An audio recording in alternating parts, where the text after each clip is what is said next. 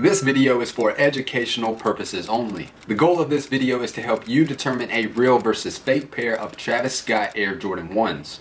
Hello everybody and welcome back to Sneaker Huddle. In today's video we're going to be doing a real versus fake comparison on how to authenticate a pair of Travis Scott Air Jordan 1s. And this pair right here, this is the best replica that you can buy on the market right now, and one of the most expensive also that you can buy. We're going to be comparing this sneaker to an authentic pair. Now in today's video, everything on the right side of the screen will be the authentic pair and everything on the left side will be the replica. Now if you haven't, guys, please do subscribe to the channel here at Sneaker Huddle for sneaker content. And without further ado, guys, let's talk about how you can authenticate your pair of Travis Scott Jordan 1s. Now the first main differences between the pairs start off with the box, and it's very difficult to tell in the camera, but this box is much lighter in person than this box. This is a little darker. I'm not sure if you will be able to tell a difference.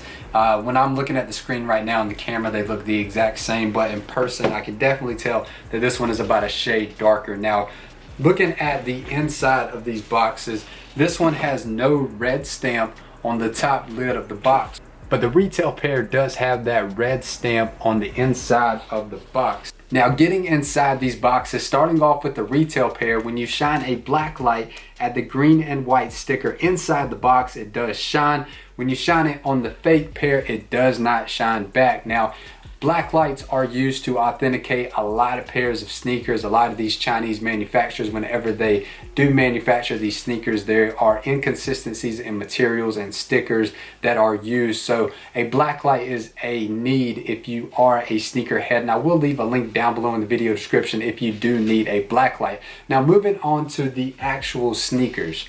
Now once again, right here we have the replica pair, and this right here we have the authentic pair. Now we're going to start off with the Wings logo, and you can't really tell from afar, but once you get up close there is a major difference in the size of the Wing logos. On the replica pair it is very small, and on the retail pair it is much larger and it's closer to the white stitching.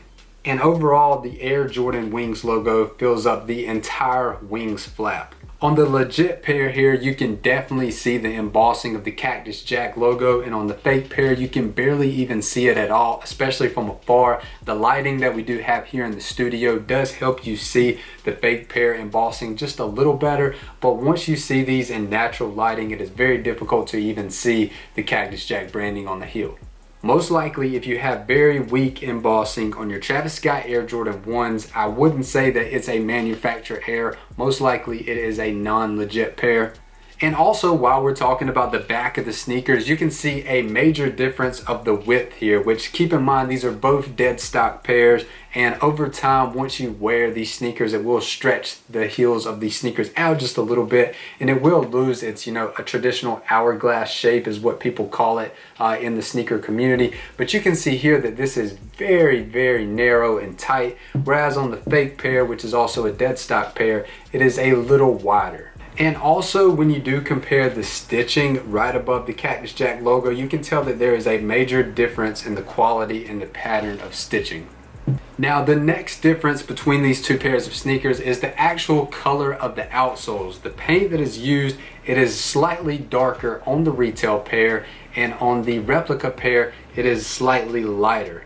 Here we have a couple close-up shots of the retail on the right hand side and the fake pair on the left.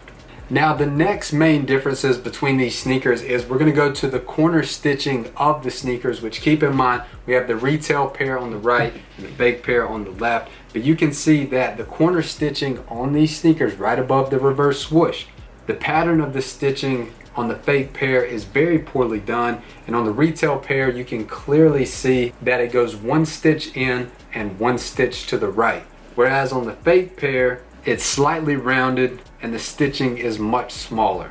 Now the next thing that is way different from the retail pair to the fake pair is there is also a error, which this is very common on fake pairs, is that the Nike swoosh on the inner part of the sneaker does not match up perfectly to the heel quarter panel right down here. As you can see, there is a slight little gap there. It's not too noticeable, but when it comes to authenticating a pair, it's definitely something to look out for. Now, on the retail pair, you can definitely tell that the Nike swoosh is matched up perfectly to the suede heel.